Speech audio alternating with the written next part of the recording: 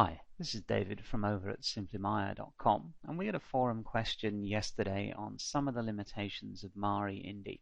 Now I wanted to break those limitations down and show you what they mean in real world terms. So this is the house from our house tutorial, and I've broken it down for demonstration purposes into its separate objects. Now one of the biggest concerns seems to be the number of objects you can bring into Mari. Now I've been using Mari for a few years now, and I rarely bring in more than one or two objects at once. And the reason for this is if you look at our house, you'll see it's been broken up now into 141 pieces. So to take this into Mari, we'd simply do a mesh combine up here, and then export that as an OBJ. Mari would then see this as one object.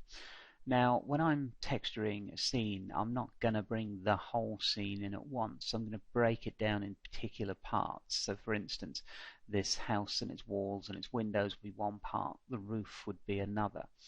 Now, the other limitation of Mari Indy is that you get 6 UV patches per object. So I'm going to pop open Mari here, and this is the house from our house project. And as you can see, we're getting fairly far along with the texturing now. So that limitation of UV patches. So I've got 6 of them here that make up the main body of the house. Let me just zoom out. So 2 for the walls, 1 for the inner window frames, 1 for the outer window frames, and 1 for the window beams. And as you can see, you do get pretty good texture resolution, and I'm only using 2K.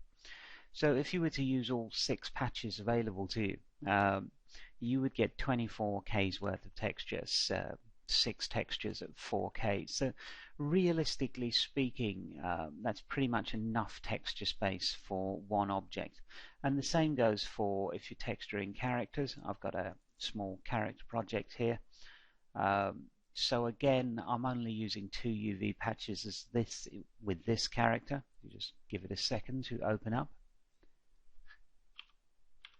So here is a character, and it's the same thing again. Mari treats this whole character as one object, so I can bring it in and paint it without any problems. And as for UV patches, for the whole character I'm using 3 4K patches, which is in this case more than enough. So if you wanted to give Mari Indy a go, I don't think you're going to run afoul of the limitations of it at the sort of thing you're wanting to do. So I hope this video has been of some use to you, just to show you what those limitations mean in real world terms, and give it a go. Thanks for watching. Goodbye.